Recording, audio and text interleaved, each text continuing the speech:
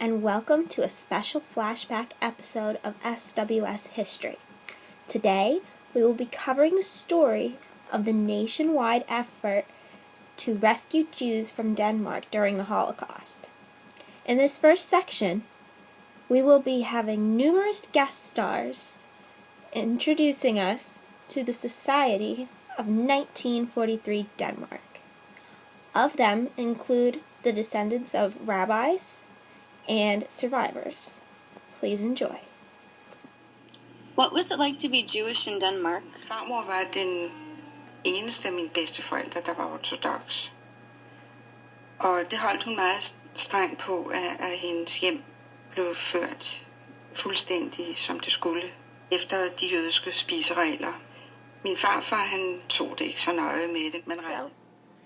How or why did you choose Denmark? I am told that they put 2 straws in my mouth, and one designated for Denmark, one designated, and I believe it was London, and I picked out Denmark.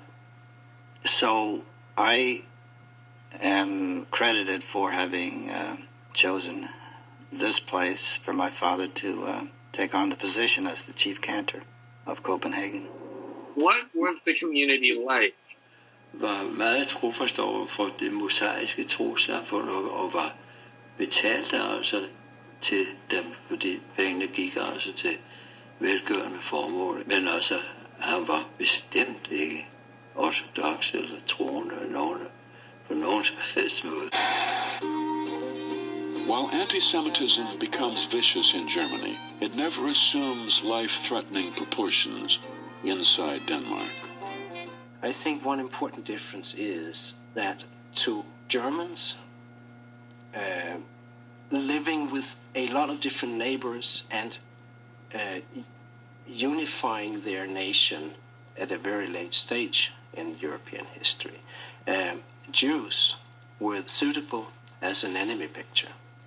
To Danes, Germans were the enemy picture.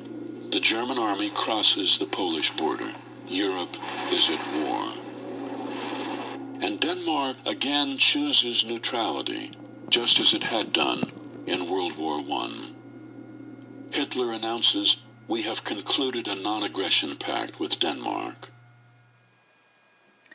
Was the Danish king supportive? At the same time, a celebration is being planned for the Copenhagen Synagogue's 100th anniversary. The king and queen are invited. But after Hitler came to power, the king is asked if he would prefer not to come. The king stood firm on the decision that he would come to this ceremony, even if it was a kind of a provocation. We knew what was happening in Germany, and the way it was treated here was to try to say, don't speak about it, then it will not happen.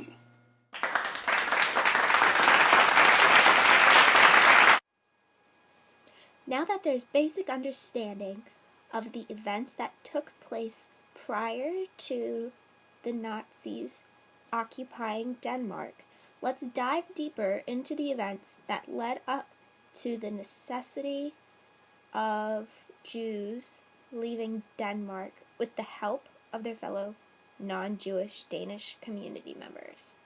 Enjoy.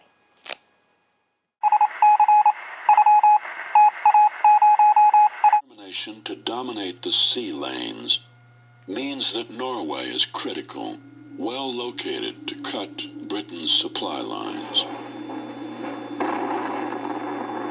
In order to take Norway, the aggressors need Denmark as a stepping stone.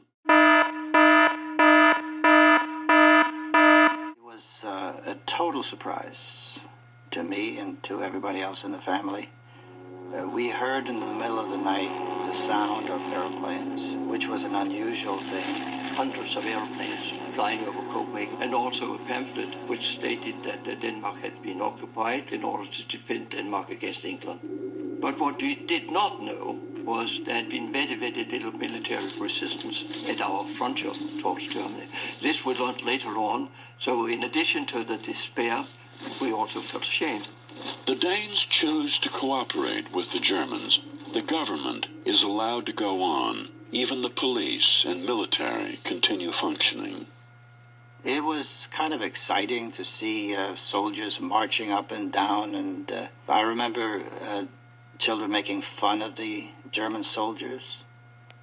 They would do something and run away, and so it was like a spirit of fun. Whenever the Jewish issue is raised, the Danish government confirms their policy that all Danes are to be treated the same.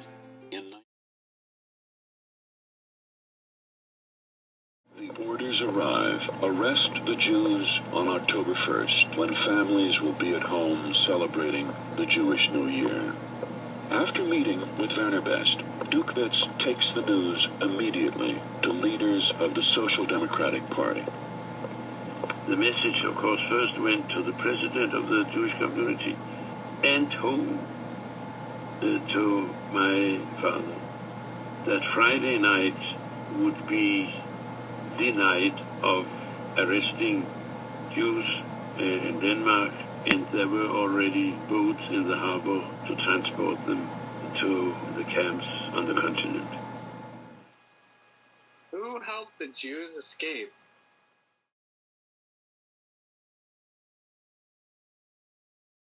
Word travels like wildfire throughout Copenhagen, beyond the Jewish community. Doctors warn their patients, teachers warn students, members of youth organizations run door to door, warning Jewish families. In the course of just a few hours, almost all the Jews in Denmark had been notified. The message is spread by friends and neighbors, by colleagues, and by total strangers. Arrangements would be made to have a fisherman take us across to Sweden. Så kom de væltende ud af husen, cirka 300 mennesker. Og de her sorte nok klædte mennesker der, det var forfærdeligt at se. Der var mange, der græd i hvert fald, for de mennesker havde jo ikke gjort noget. Og så var det så, at vi fik cirka 180 ombord. Og så lige pludselig, så blev der råbt, Gestapo kommer. Og så siger skiberen, så sejler vi. Og så kom der en til sidst. Det var en ung jøde, der arbejdede på en gård. Han kom for sent, der var han begyndt at sejle. Men så midt i havnehullet, der tog vi fat i ham i arme og ben og smed ham ud på dækket, og han kom med. Without the united efforts of the citizens of Denmark, history claims that many more lives would have been lost. The records show that less than 100 of the 8,000 Jews that held residence in Denmark were killed during the Nazi regime.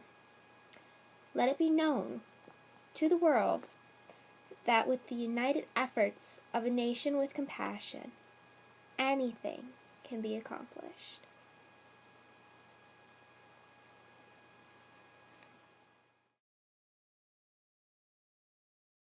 Was Moses Asernikov, who left Latvia to seek a better life. Copenhagen stod der. Jamen, jeg er betalt til Amerika. Nej, nu er jeg i København. Nå, jamen, så bliver jeg da her. Og det er jeg glad for.